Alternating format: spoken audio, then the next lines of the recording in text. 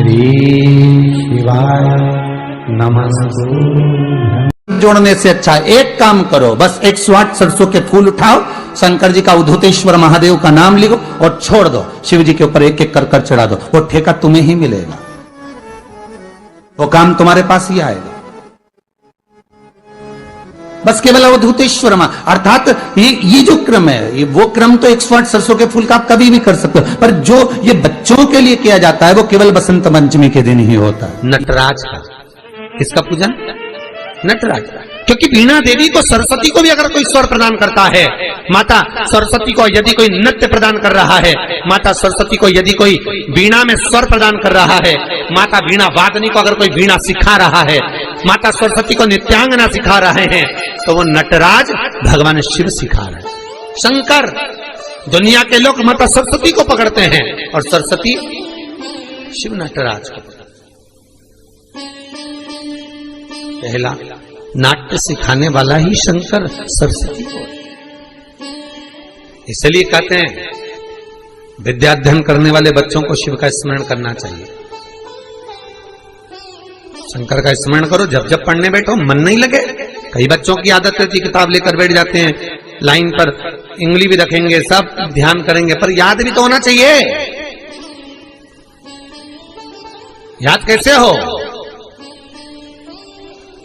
तो महाराज जितनी बार विद्याध्ययन करने बैठे बच्चे, उतनी बार ओम सरस्वती का स्मरण करें। किसका स्मरण करना है? ओम सरस्वती।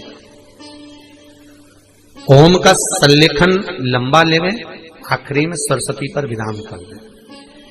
ओम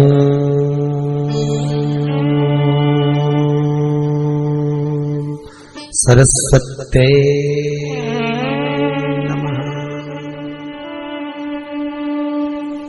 ओम सरस्वती का स्मरण करिए।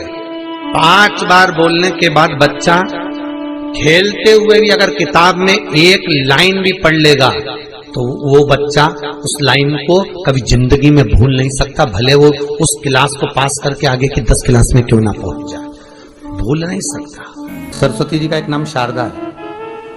क्या नाम है? जम के बोलिए जरा। शारदा। ये शारदा नाम कहां से पड़ गया?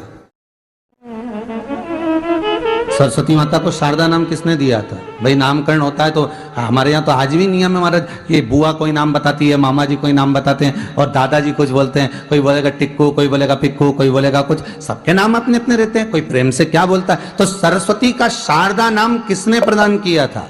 माता सरस्वती को शारदा संबोधन किसने दिया था? माता सरस्वती को शारदा का संबोधन किस समय पर प्रदान किया गया था? जिस समय पर शंकर और पार्वती भ्रमण पर निकल रहे थे और भगवान ब्रह्मदेव सरस्वती को ढूंढ रहे थे, और माता सरस्वती को ढूंढते हुए ब्रह्मा जब भगवान शंकर की साक्षी में पहुंचे हैं, तब भगवान शंकर से ब्रह्मदेव ने कहा, आप कहीं सरस्वती को देखें तो मुझे भेजिएगा, मेरे पास में भेजिएगा। शंकर भगवान ने उसी समय पार्वती से कहा, पार्वती, जैसे एक स्त्री जो पतिव्रता धर्म का पालन करने वाली है, एक नारी पतिव्रता धर्म का पालन करने वाली होती है, पति को परमेश्वर मानने वाली होती है, पति के चरणों का रसतत्व ग्रहण करने वाली होती है, तो वो पर पुरुष का स्मरण नहीं करती। उसी तरह एक पति जो अपनी अर्धांगिनी के साथ में रहे और अर्धांगिनी के साथ चले तो पर नारी का स्मरण नहीं होना चाहिए।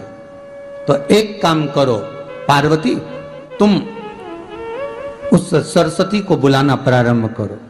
अब पार्वती जी ने कहा, सरस्वती तो मेरी बहन जैसी है, सरस्वती तो मेरी सखी जैसी है, अब मैं उसको अगर बुलाऊं, आवाज दूं, अच्छा नहीं लगेगा। तो माता पार्वती जब ढूंढते ढूंढते ढूंढते ढूंढते शंकर भगवान के साथ में भ्रमण करती करती पहुंची, तो क्या देखती है माता पार्वती कि एक सरोवर के पास में माता सरस्वती बैठकर सरोवर में अपना मुखाग्रविंद देख रही थी। श्वेत वस्त्र था मेरा माँ का और बड़ी सुंदर गले में माला पहन रखी थी माता सरस्वती ने, और एक सरोवर में माता सरस्वती अपने मुख को जब निहार रही हैं, उस दर्पण के भाव में अपने प्रतिबिंब को देख रही हैं, तब उस समय पर माता पार्वती ने कहा, शारदा, सरस्वती को लगा कि मेरा संबोधन ये किसने कहा, पलट कर देखा। सरस्वती ने कहा पार्वती तुम?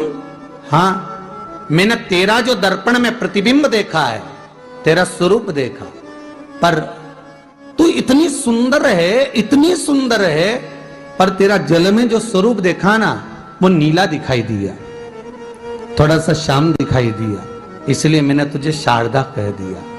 आज भी हमारे मध्य प्रदेश के कटनी और सतना के बीच में महियर में आज भी शारदा भवानी विराजमान है।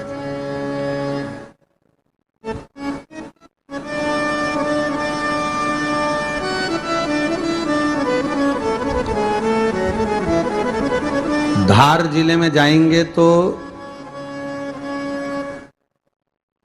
बाग क्षेत्र में मां बागेश्वरी, मां शारदा आज भी विराजमान। कहा सरस्वती जी पूछी पार्वती तुमने मेरे को शारदा क्यों कहा? क्योंकि तेरा जो प्रतिबिंब था वो श्याम नजर आ रहा था मुझे।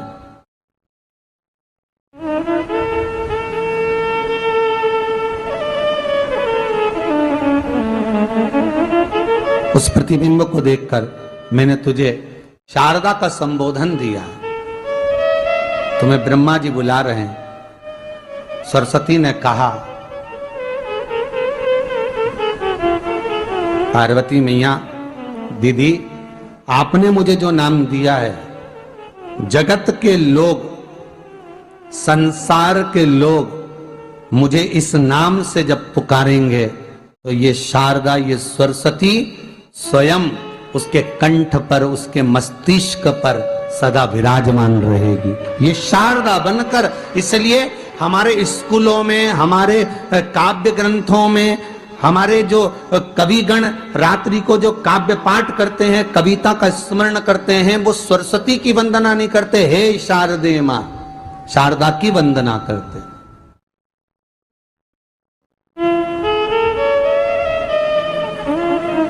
कभी आपसे कोई पूछ ले कि शारदा नाम पार्वती सरस्वती का कब पड़ा, तो आप बता सकते कि ये माता शारदा नाम कोई सहज नहीं है। मां ढूंढने के लिए जब निकली, ब्रह्मदेव के कहने पर भगवान शिव के साथ भ्रमण करती। नाम का उच्चारण कोई सहज नहीं होता। कोई देखता होगा, दादाजी ने अगर किसी का नाम कुछ रखा है तो कुछ सोच के रखा होगा, पिताजी ने अगर कुछ रखा है तो उसके मन में कुछ आया होगा तो रखा होगा, मम्मी ने अगर कोई नाम रखा है तो उसने कोई विचार कर कर रखा होगा। कोई नाम अगर किसी का रखा जाता है तो उसके अनुकूल रखा जाता है कि हो सकता है कि वो नाम की क्या उसके मन में चल रहा होगा।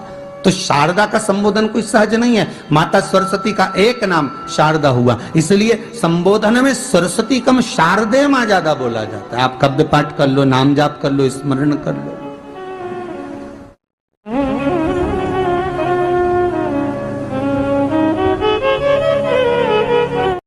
हम बच्चों से कहना चाहेंगे, छोटे छोटे बच्चों से, आप माता सरस्वती की आराधना करा करो। मेरे बच्चों से निवेदन है, कभी जिंदगी में अगर मौका मिल जाए और सरसों के फूल यदि आपके जीवन में आपको कहीं से प्राप्त हो जाए, सरसों के फूल जानते हो ना, पीला कलर का होता है सरसों का फूल, आप प्रयास करो सरसों का फूल। जिस दिन माता सरस्वती का, मेरी बागेश्वरी का जिस दिन प्रागट्य उत्सव हो बसंत पंचमी का, उस समय पर माता सरस्वती का स्मरण कर कर वो सरसों का फूल आप देव अधिदेव महादेव को चढ़ाइए। जैसे माता सरस्वती को ज्ञान दिया था, वैसा मेरा महादेव आपको भी ज्ञान दे। वो सरसों का फूल आप देव अधिदेव महादेव को समर्पित। कई जगह पर आम के जो झूमर होते हैं वो, कई जगह पर सरसों का पुष्प।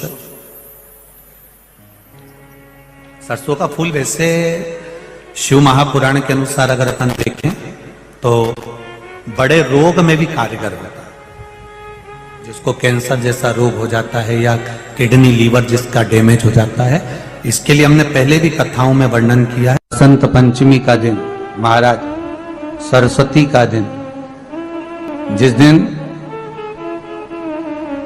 जो बच्चा पढ़ने में कमजोर होता है उसके हाथ से बसंत पंचमी के दिन सरसों के 31 फूल शंकर जी को चढ़ा दिए जाते हैं तो बच्चा पढ़ने में अव्वल निकल जाता है।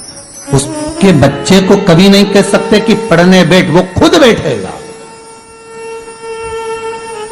केवल आज बसंत पंचमी का दिन, एक ही दिन चढ़ता है। और बाकी के सरसों के फूल आपको मालूम है कि रोग मुक्ति के लिए तो होते ही हैं। ये तो आपको पहले भी वर्णन किया महाराज कि जब कोई एकदम रोग आ जाए और डॉक्टर एकदम बोल दे कि ये रोग भारी आ गया है और इसकी जांचें जाएंगी और फिर ये कुछ भी हो सकता है, तो क्या करा जाता था कि 108 सरसों के फूल लाकर तुरंत शंकर भगवान को चढ़ाए जाते थे महाराज। तो चढ़ाने के बाद में रिपोर्ट अच्छी आती है। ऐसा नियम है। कहीं ठेका कोई ठेकेदारी करते हैं ना, जो ठेका भरते हैं कि भाई मेरा टेंडर आना चाहिए, मेरा ये काम होना चाहिए, मेरी मल्टी बनना चाहिए, या मेरा ये काम के लिए जानो ये काम फतेह होना चाहिए, उसके सबके हाथ पैर जोड़ने से अच्छा है एक काम करो, बस 108 सरसों के फूल उठाओ, शंकर जी का उद्धूतेश्वर महादेव का नाम लिखो और छोड़ दो, शिव जी के ऊपर एक एक कर चढ़ा दो, वो ठेका तुम्हें ही मिलेगा, वो काम तुम्हारे पास ही आएगा। बस केवल अवधूतेश्वर अर्थात ये जो क्रम है, ये वो क्रम तो 108 सरसों के फूल का आप कभी भी कर सकते हो, पर जो ये बच्चों के लिए किया जाता है वो केवल बसंत पंचमी के दिन ही होता है। जब बसंत पंचमी आपका बच्चा एग्जाम देने जा रहा है, पढ़ाई करने जा रहा है और पास नहीं हो रहा है, या उसको आपको लग रहा है इसने पढ़ाई नहीं करी, पास नहीं होगा, तो शहद बेलपत्री की बीच वाली पत्ती पर शहद लगा लीजिए और शंकर भगवान के शिवलिंग पर जाकर उसको बच्चे के हाथ से चिपकवा दीजिए। बच्चे ने भले पढ़ाई नहीं करी हो पूरी साल, पर बच्चा उस सब्जेक्ट में जिस दिन वो बेलपत्री चिपका कर आएगा उस दिन उस सब्जेक्ट में बच्चा पास होकर ही रहेगा, उसका एग्जाम उसको। शिवाय नमस्तुभ्यं। जो बच्चा पढ़ाई में कमजोर होता है, जिसको लिखना नहीं आता, बच्चे लोग याद तो कर लेते हैं पर कॉपी में लिख नहीं पाते, उसको एक ही बात कहो, शंकर जी के मंदिर में जाओ, चंदन घस के ले जाओ और चंदन को 3 उंगली से उस शिवलिंग पर उस बच्चे को ओम बनाना सिखाओ। शिवलिंग पर जो बच्चा ओम बनाना पूरा चालू कर देता है, उस बच्चे को माँ फिर हाथ पकड़ के नहीं पढ़ाती, वो बच्चा अपने आप लिखना चालू कर देता है, केवल शिवलिंग पर ओम लिख देने पर। सब बोलिए एक बार जमकर, श्री शिवाय नमस्तुभ्यं। प्रैक्टिकल जरूर करना, कहीं सियोर वाला महाराज झूठ तो नहीं बोल रहा। शास्त्रों की बातें हमारे जीवन में हमें सुख प्रदान करे, इसलिए इस भाव का आनंद करते हुए आज की कथा को विराम देते हैं।